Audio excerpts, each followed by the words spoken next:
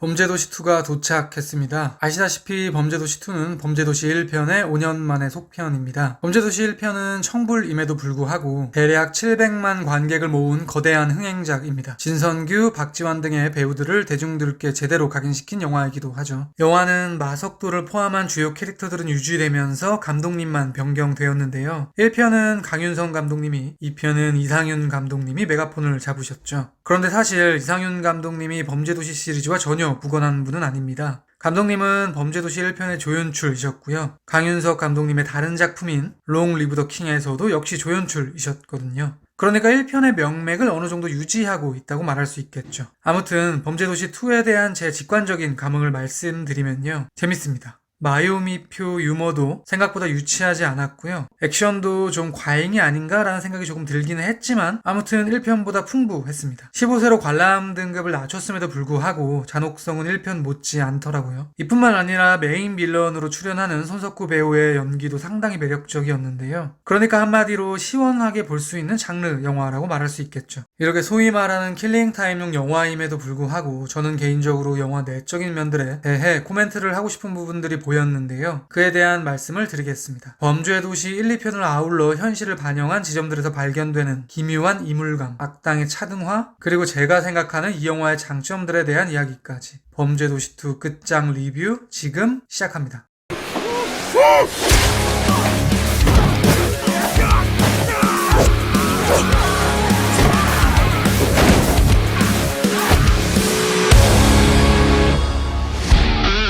아시다시피 범죄도시2는 완전히 판타지로만 구성된 이야기는 아닙니다. 물론 많은 부분 극화시킨 측면이 분명히 있긴 하지만 어느 정도 현실을 반영하고 있는 영화인 것이죠. 도입부부터 이런 자막이 나오니까요. 매년 300명 이상의 국내 범죄자가 해외로 도피하는데 그들은 한국인 관광객들이나 사업가들을 대상으로 범죄를 벌이고 있다. 캐릭터 설정에서도 현실 반영의 면모가 나타나는데요. 영화의 중후반부에 강해상의 사주를 받은 형제 살인청부업자 장기철, 장순철이 밀입국하죠. 저는 이들을 보면서 즉각적으로 그것이 알고 싶다 해서 조명하기도 했던 실제 형제 살인마 범죄자들이 떠오르더라고요. 아마도 그들에게서 모티브를 가져온 것일 것입니다. 사실 무엇보다 마석도라는 캐릭터 자체도 실제 모델이신 강력반 형사님이 계시죠. 이렇게 범죄도시 시리즈가 현실을 반영했다는 관점에서 봤을 때 저에게는 1, 2편 모두에서 공통적으로 보이는 묘한 지점이 있었는데요. 바로 악당의 차등화입니다. 간단하게 말해서 영화에서 묘사되는 악당들은 둘로 나뉘고 있는 것이죠. 이해해줄 만한 나쁜 놈, 그리고 절대 용서가 되지 않는 극악무도한 악한. 1편의 황 사장과 2편의 최춘백 회장이 이에 해당됩니다. 1편에서 마석도와 황 사장은 일종의 형님 아우의 관계를 이루고 있습니다. 황 사장이 본인이 운영하는 달랑주점에서 놀다 가시라고 하니까 마 형사는 고민을 하는 모습을 보이기도 했고요. 무엇보다 황 사장이 장첸으로부터 목숨을 건지게 되는 이유는 마석도가 건네준 방탄조끼 덕분이었습니다. 조선족 악당들에게는 낭심을 쥐어뜯는 등의 다소 야만적인 방식을 사용하던 마석도의 그것과는 확실히 결이 다르죠. 다음은 최춘백 회장. 마석도는 최 회장의 아들인 최용기의 장례식에 참석합니다. 마 형사는 그곳에서 강해상에게 납치 살해된 최용기가 최 회장과 둘째 부인 사이에서 출생한 최 회장의 유일한 혈육임을 알게 되는데요. 그는 그 순간 이렇게 말합니다. 선수들 보낼만 했네. 그러니까 경찰의 입을 통해 어떤 종류의 살인 청부는 이해할 수 있겠다라는 뉘앙스의 발언을 하고 있는 것이죠. 또한 납치된 최 회장을 구하기 위해 작전이 딜레이 되기도 하고요. 오 형사는 인지를 구하려다가 칼에 맞기도 합니다. 무엇보다 살인 청부 의뢰라는 최 회장의 죄목은 그의 병환으로 인해 불구속 기소되는 수준에서 결론지어지죠. 영화에서 악당에게 가하는 명확한 응징은 메인 빌런인 강해상에게만 행해지는 것입니다. 그렇다면 범죄도시 시리즈에서 왜 악당은 차등화되는 것일까? 이에 대해 개인적으로 3가지 정도의 이유를 추론해 보았는데요. 다음과 같습니다. 먼저 영화를 만들다 보니 그냥 그렇게 되었다. 범죄도시2는 강력한 히어로와 메인 빌런의 대결만으로 양분되어 있는 단순한 형태의 액션물이 아닙니다. 악당들 내부적으로도 크고 작은 설전을 벌이는 입체성을 머금고 있죠. 사실 이것은 범죄도시 1편에서도 마찬가지였죠. 그러니까 이렇게 복잡한 각본을 부드럽게 이어나가려다 보면 자연스레 악당 간의 차등화가 발생될 수 있을 것 같습니다.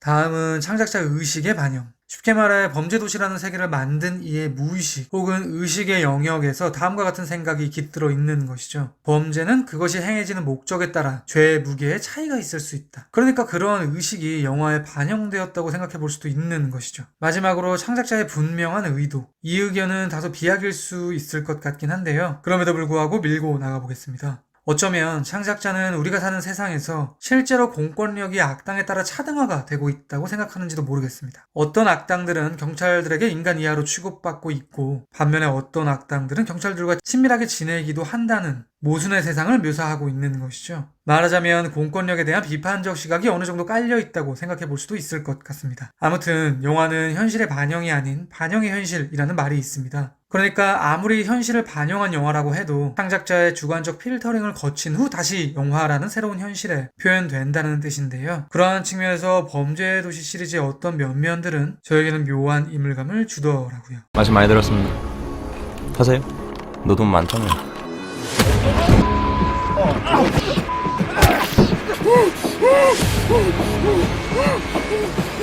너 납치된 거야. 다음은 범죄도시2를 보면서 개인적으로 인상 깊었던 영화의 장점들을 생각나는 대로 쫙 나열해 보겠습니다. 먼저 마동석이라는 장르.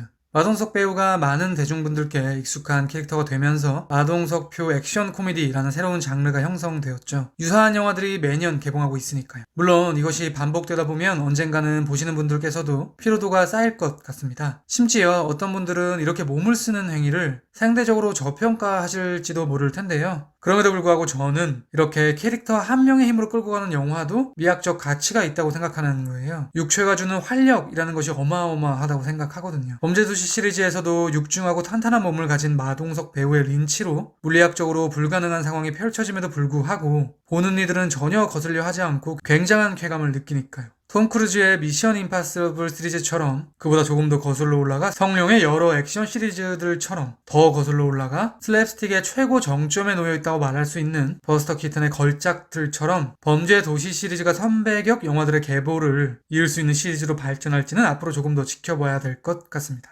영화의 또 다른 장점은 각본과 편집입니다. 범죄도시2는 단순한 액션 영화처럼 보이지만 은근히 각본이 정교하죠. 챕터 1에서 언급드린 것처럼 메인 빌런 한 명만 나오는 영화가 아니고요. 여러 악당들이 얽히고 설켜 있습니다. 그럼에도 불구하고 극이 흘러감에 있어 보기 불편할 정도의 억지스러움이 거의 없습니다. 제 생각에 이것은 연출의 힘이기도 한 것 같은데요. 범죄도시2의 편집은 꽤 성실합니다. 특히 마속도와 강해상을 대조하는 교차 편집이 그런데요. 영화가 시작하면 강해상이 얼마나 잔혹한지를 보여주는 범죄 시퀀스가 처음에 나오죠. 바로 다음 장면은 마석도가 편의점에서 정신병원을 탈출한 범죄자를 제압하는 시퀀스입니다. 마찬가지로 마석들과 까불이 패거리들에게 다대일로 린치를 가하는 장면과 강해상이 최춘백 회장이 보낸 자들과 다대일로 격투를 벌이는 장면이 붙어 있습니다. 이렇게 영화는 각자가 속한 세계에서 한 단계 한 단계 퀘스트를 완료하는 것처럼 밟고 올라가던 두 인물이 마침내 정면 대결을 펼치는 구조로 직조되어 있는 것이죠. 이와 같이 범죄도시2는 전반적으로 성실한 편집으로 이루어져 있고요. 그것이 복잡다단한 각본을 스크린 위에 보다 잘 펼쳐내는 데 조력하고 있는 것입니다. 지금까지 제가 이렇게 장점들을 열거하기는 했지만 오해하시면 안 되는 게 저는 범죄도시2가 위대한 영화라거나 정말 끝내주는 걸작이라고는 생각하지 않습니다. 범죄학 수준의 영화라고 생각하는데요. 그럼에도 불구하고 단 한 장면도 지루할 틈이 없이 재밌고 시원하다는 감흥은 분명히 드는 그런 오락 영화였습니다. 범죄도시2에 대한 제 별점은 별 3개고요. 한 줄 평은 다음과 같습니다. 악당의 차등화에 대한 문제 제기가 필요한 성실한 오락 영화. 지금까지 범죄도시2에 대한 헐거운 리뷰였습니다. 제가 100% 확답을 드리지는 못하겠지만 아마도 다음 리뷰는 지금 보여드릴 이 영화가 되지 않을까 싶습니다. 들어주셔서 감사합니다. Can you come help me set up? What do we need to set up? The room for the meeting. But the room's okay? I think so. The placement of the table is good?